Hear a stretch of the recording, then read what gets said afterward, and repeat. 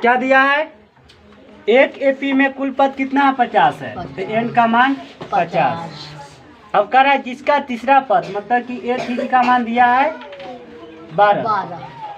अब उसी तरह आपका अंतिम पद मतलब कि ए एन का मान कितना दिया है 106 दिया है। तो हमको क्या निकालना है, A29 का मान निकालना है, A29 का मान ये नहीं निकालना है। चलिए तो देखिएगा ई तो A+2D हो जाएगा इस समीकरण फर्स्ट। आई पूरा टोटल पद कितना है 50 है, तो ये 50 का मान कितना है 106, तो ये +49D होगा ना जी, बराबर में 106। समीकरण 2 हो गया। तो समीकरण 1 और समीकरण 2 से क्या करेंगे, ए और डी का मान निकाल देंगे और A29 में रख देंगे। तो क्या होता है A29 का सूत्र +28D। चलिए लिखिएगा समीकरण 1 में से समीकरण 2 को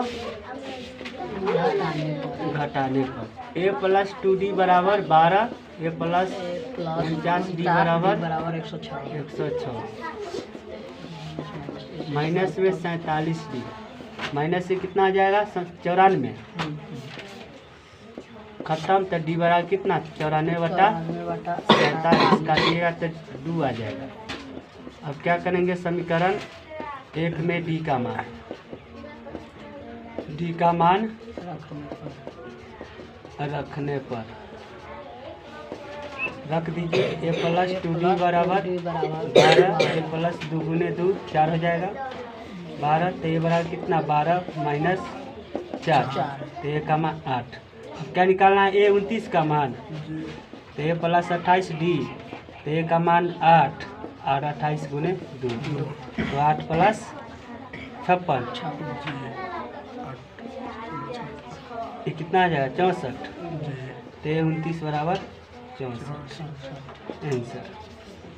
ठीक है, ये निकालना था। A29 का मान कितना आ गया 64। तो लिख दीजिएगा 29वां पद 64 आंसर है।